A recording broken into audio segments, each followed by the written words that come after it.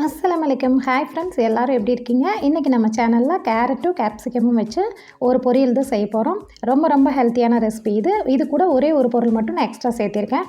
வாங்க இது எப்படி செய்கிறதுங்கிறத பார்த்துடலாம். இதுக்கு ஒரு பேன் வச்சு ஹீட் பண்ணிவிட்டு ஒரு 2-3 டேபிள் ஸ்பூன் போல் ஆயில் சேர்த்துக்கோங்க.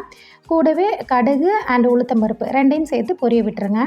ரெண்டுமே நல்லா பொரிஞ்சு வரட்டும். இது கூட வந்துட்டு ஒரு கொத்து ஃப்ரெஷ்ஷான கருவேப்பிலை சேர்த்துக்கோங்க.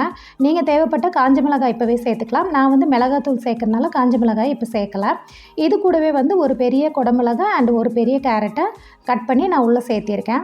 சேர்த்துட்டு நல்லா மிக்ஸ் பண்ணி விடுங்க அந்த ஆயில்லையே. இது கூடவே வந்து தேவையான அளவு உப்பு, 1/4 டீஸ்பூன் போல் மஞ்சத்தூளும் சேர்த்துருக்கேன். சேர்த்துட்டு நல்லா மிக்ஸ் பண்ணி விடுங்க. இதுக்கு வந்து நம்ம தண்ணி எதுவும் சேர்க்க தேவையில்லை. இந்த லைட்டாக இருக்கிற இந்த எண்ணெயிலேயே வந்து நம்ம மூடி போட்டு க்ளோஸ் பண்ணிட்டா அந்த ஆவிலேயே வந்து உங்களுக்கு சீக்கிரமாகவே வெந்து வந்துடும். இப்போ ஒரு 3 நிமிஷத்துக்கு அப்புறம் நான் ஓப்பன் பண்ணி பார்க்குறேன். பாருங்கள், இது வெந்து வர ஆரம்பிச்சிருக்கு. இந்த ஸ்டேஜில் நம்ம இதுக்கு தேவையான அளவு காரம் சேர்த்துக்கிறேன். நான் ஒரு 1/2 டீஸ்பூன் போல் மிளகாத்தூள் சேர்த்துருக்கேன். சேர்த்துட்டு திரும்ப மூடி போட்டு க்ளோஸ் பண்ணிவிட்டு மீடியம் ஃப்ளேமில் வச்சுக்கோங்க. இப்போ இந்த ஸ்டேஜில் நம்ம ஒரு பவுடர் அரைச்சி எடுத்துகிட்டு வந்துடலாம். நான் வந்து நிலக்கடலை தான் எடுத்திருக்கேன். ஒரு 3 டேபிள் ஸ்பூன் போல் நிலக்கடலை எடுத்திருக்கேன். அது இந்த மாதிரி பவுட்ரு பண்ணி எடுத்துகிட்டு வந்துடுங்க. இந்த பவுடர் வந்து இந்த பொரியலுக்கு நல்ல டேஸ்ட் கொடுக்கும், நல்ல ஃப்ளேவரும் கொடுக்கும். இப்போ பாருங்கள், நல்லா வந்து நமக்கு காய் வந்து வெந்து வந்துடுச்சு. ரொம்ப வெந்து குழஞ்சிடக்கூடாது. இந்த ஸ்டேஜில் நம்ம இந்த நிலக்கடலை பவுடரை உள்ளே சேர்த்திடலாம். சேர்த்திட்டு நல்லா லோ ஃப்ளேமில் வச்சுட்டு ஒரு 2-3 செகண்டுக்கு மட்டும் மூடி போட்டு க்ளோஸ் பண்ணி விடுங்க.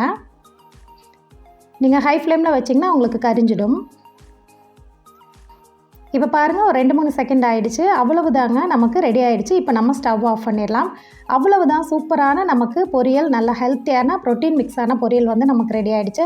ஆல்ரெடி வந்து வெயிட் லாஸ் பண்ணணும் அப்படின்னு நினைக்கிறவங்க குடமிளகாயை அடிக்கடி உடம்புல சேர்த்துக்கிறது ரொம்பவே நல்லது. நம்ம ஃபுட்டில் வந்து இப்போ கேரட்டும் சேர்த்து எடுக்கும்போது ரொம்பவே டேஸ்ட்டாக இருக்கும்.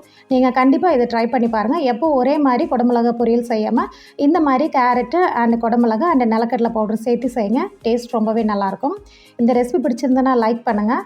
நம்ம சேனல் ஆகவல்ட இப்போ தான் நீங்கள் ஃபஸ்ட் டைமாக பார்க்குறீங்க அப்படின்னா நம்ம சேனலை சப்ஸ்கிரைப் பண்ணி ஃபாலோ பண்ணுங்கள். நெக்ஸ்ட் இதே மாதிரி ஒரு ஈஸியான டேஸ்டியான ரெசிபியோட எல்லாரையுமே மீட் பண்ணுறேன். தேங்க்ஸ் ஃபார் வாட்சிங்.